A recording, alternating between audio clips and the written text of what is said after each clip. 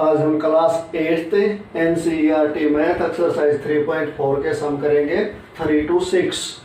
Third सम है explain how a square is a quadrilateral. एक square को क्वाड्रिलेटरल कैसे कह सकते हैं?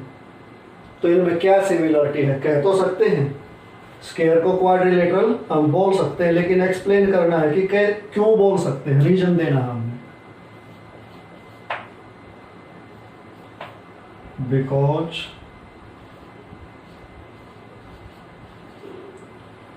both have 4 sides।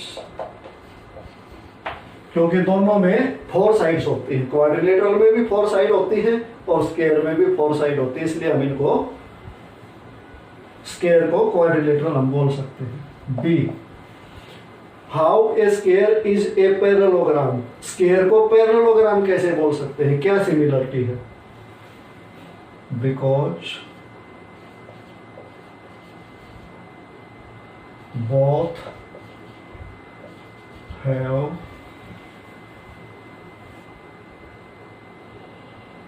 parallel opposite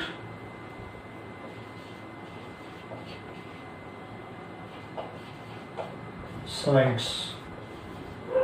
क्योंकि दोनों में जो अपोजिट साइड्स होती हैं वो पैरेलल होती हैं, पैरेललोग्राम में भी और स्क्वायर में भी।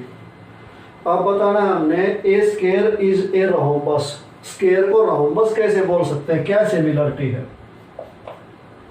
Because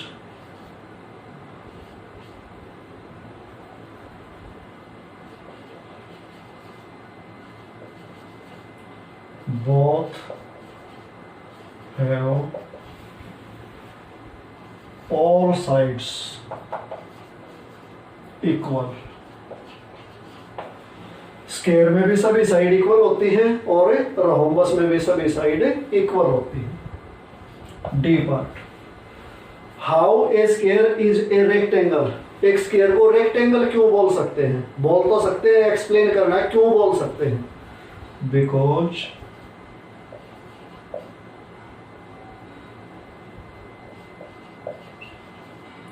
both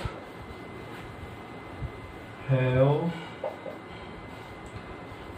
each of angles is a right angle। क्योंकि दोनों में, बहुत का मीनिंग होता है दोनों में, क्योंकि दोनों में प्रत्येक एंगल 90 डिग्री का होता है, इसलिए हम इसको रेक्टेंगल बोल सकते हैं स्क्वायर को। तो स्टूडेंट्स ये आपका थर्ड सम कंप्लीट हो गया। अब देखते हैं फोर्थ सम में क्या पूछा है इन्होंने।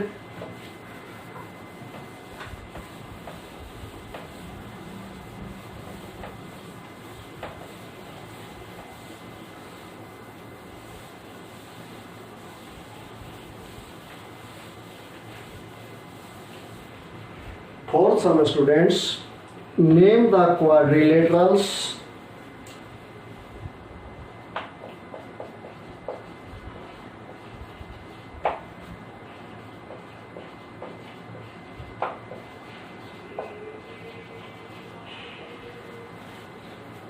whose diagonals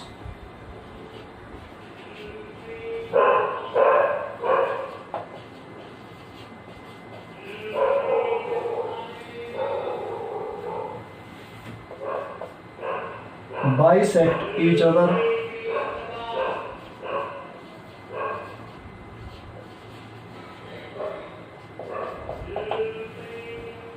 are perpendicular bisector of each other।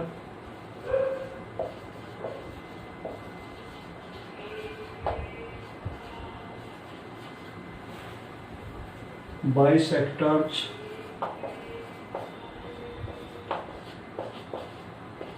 of bisector to each other। Third part are equal।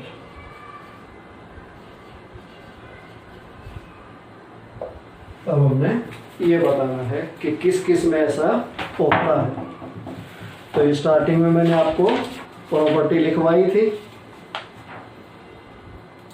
अब ये हमने बताना है। सबसे पहले तो हमने ये बताना है कि बाइसेक्ट किस किस में करते हैं, उन क्वाड्रिलेटरल के नाम बताने हैं हमने। तो सॉल्यूशन में क्या हो गया, quadrilateral, the quadrilaterals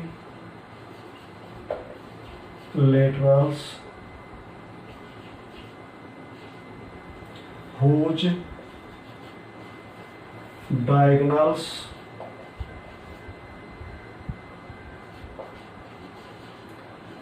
are bisect each other.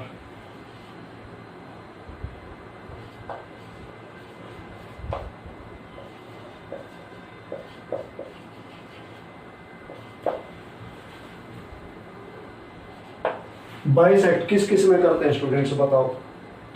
एक तो पैरेललोग्राम में करते हैं, रोम्बस में करते हैं, रेक्टेंगल में करते हैं, और स्क्वायर में करते हैं, काइट में करते हैं, और ट्रेपेजियम में करते हैं। यानी कि सभी में करते हैं, जितने भी हमने क्वाड्रिलेटरल के बारे में पढ़ा था ना, सभी में करते हैं bisect each other.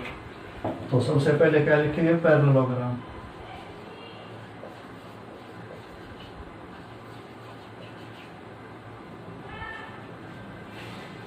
Rhombus,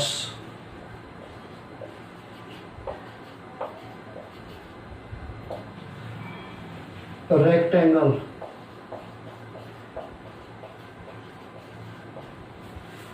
square,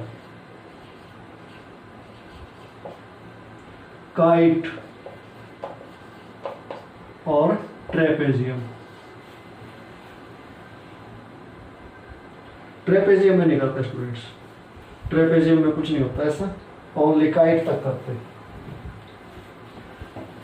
अब सेकंड पार्ट में क्या पूछा है, are perpendicular bisector to each other, the quadrilaterals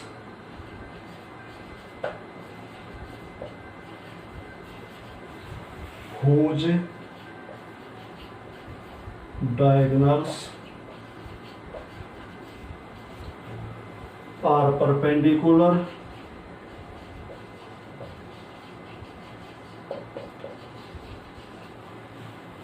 bisector to each other।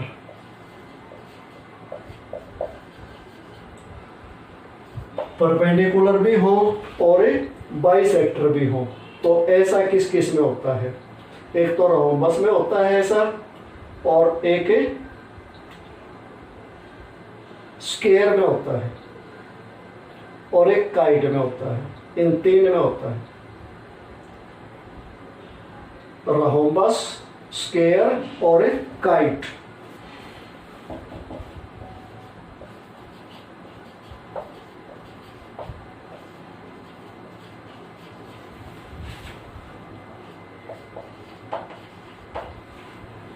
और अब हमने बताना है कि इक्वल किस किस में होते हैं, द क्वाड्रिलेटरल्स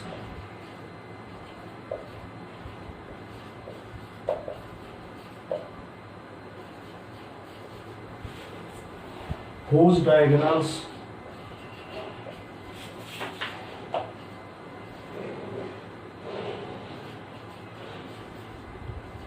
are equal होते हैं स्क्वायर और रेक्टेंगल में।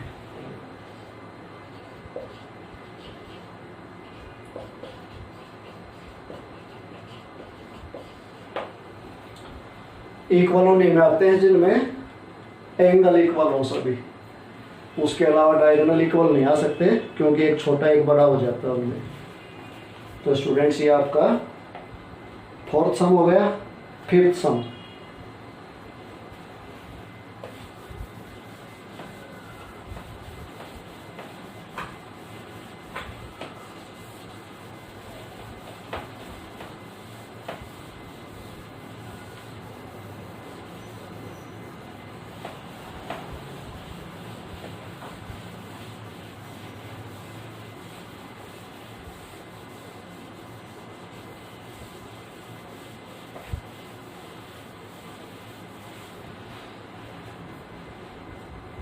explain why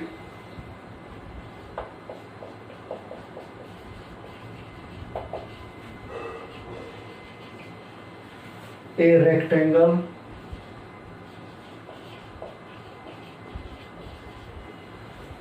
is a convex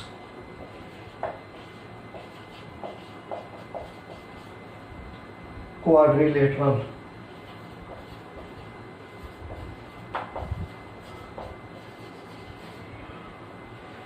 ये एक्सप्लेन करना है कि ये जो रेक्टेंगल है ये कॉन्वेक्स क्वाड्रिलेटरल कैसे है। तो कॉन्वेक्स क्वाड्रिलेटरल क्या होता है? जिसका कोई भी डायगोनल बाहर ना निकल रहा हो उसको हमें बोलते हैं कॉन्वेक्स क्वाड्रिलेटरल। तो हम इसमें सॉल्यूशन में क्या लिखेंगे? Because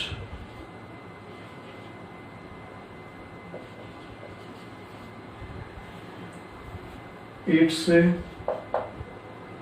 both diagonals are in its interior.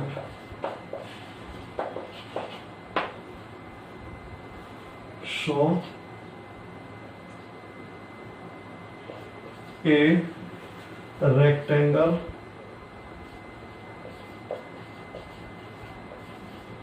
is a convex quadrilateral.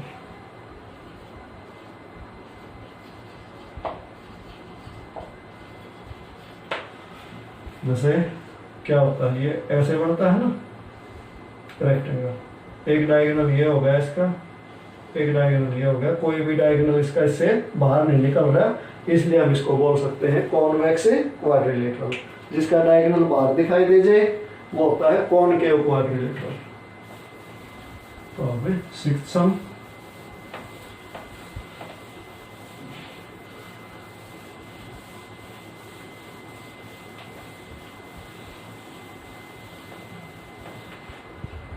sixth sum students, ABC is a right angled triangle.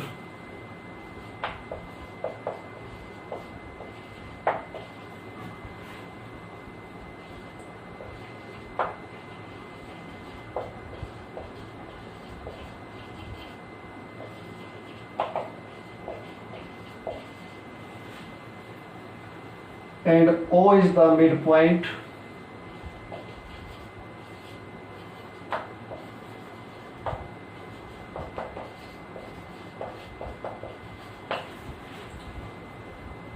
of the side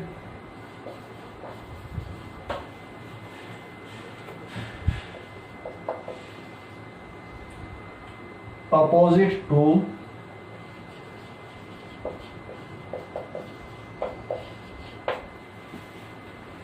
the right angle.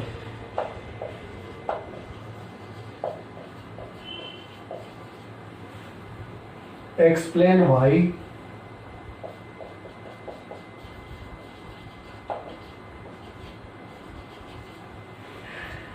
O is equidistant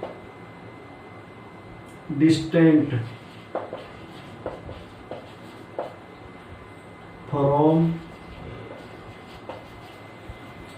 A, B and C.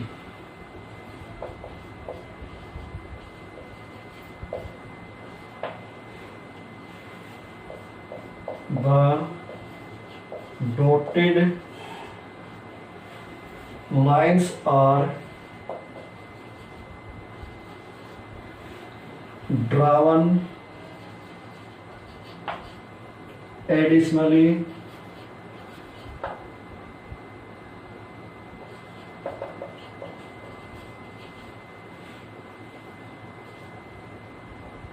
to help you.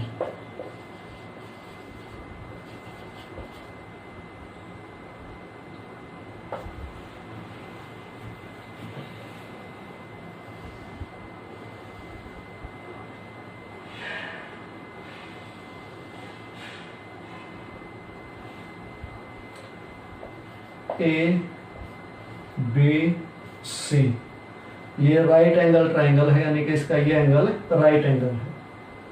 और इन्होंने आगे क्या किया है, ऐसे dot line और दी है हमें।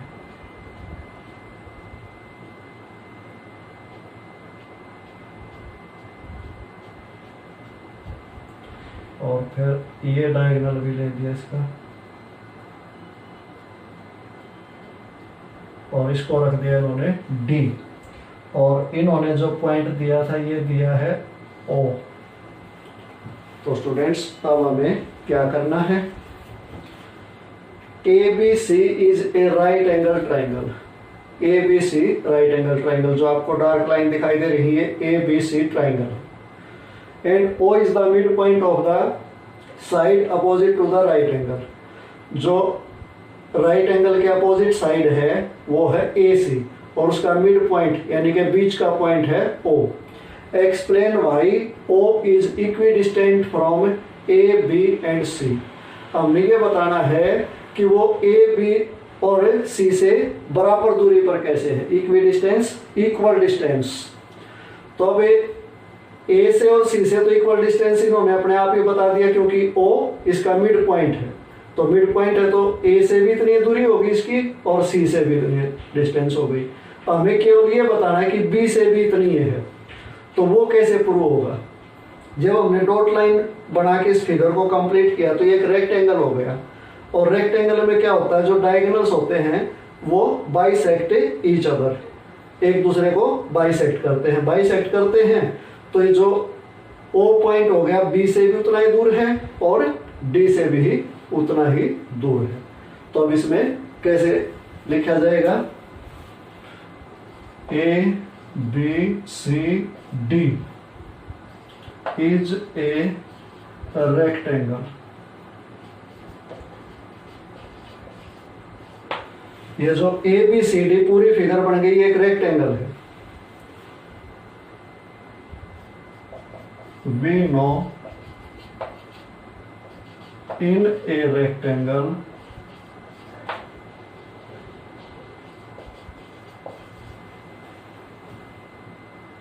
diagonals